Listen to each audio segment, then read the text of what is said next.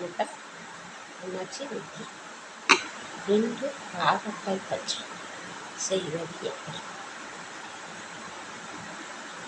இதை பார்க்கறதுக்கு முன்னாடி நீங்கள் லைக் பண்ணுங்க, ஷேர் பண்ணுங்க, சப்ஸ்கிரைப் பண்ணுங்க. எடுக்கிற குழம்பு முதல்ல பாவக்காயில் பழம் பழுத்துட்டு இருக்கியா அதெல்லாம் தூக்கி போட்டுருவாங்க. நிறைய பேர் அதை நல்லா இருக்காது தூக்கி போட்டுருவாங்க.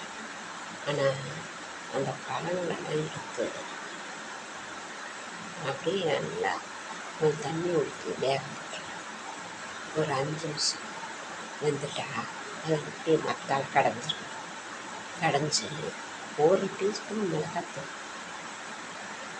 மல்லித்தூள் சும்மா ஒரு 1/4 டீஸ்பூன் போட்டுட்டு தேவைக்கேற்ப உப்பு போட்டுட்டு நல்லா மறுபடியும் திருப்பி அதை கொதிக்க விடுவேன். கொஞ்சம் அப்படியே கொதிக்கிட்டு ஒரு 5 நிமிஷம் சிம்மில் வச்சு கொதிக்கணும். பிறகு நம்ம வந்து ஒரு 3 டீஸ்பூன் வெல்லம் போட்டுக்கணும்.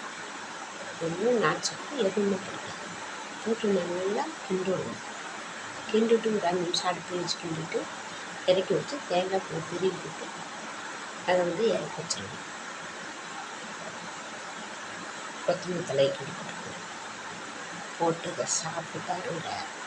சூப்பராக கசப்பே தெரியாது. பிள்ளைங்க எல்லா பிள்ளைங்களும் விரும்பி சாப்பிடும். அதோட சுகர் காரணத்தால் அது அருமருந்து. அதனால் அதில் கொஞ்சம் வெல்லம் போட்டால் தப்பு இல்லை. ஏன்னா வந்து பாவக்காய் அவ்வளோ சுகரை வந்து கண்ட்ரோல் பண்ணுறது. சரி பார்க்குறீங்களா? பாருங்கள். நன்றி. வணக்கம்.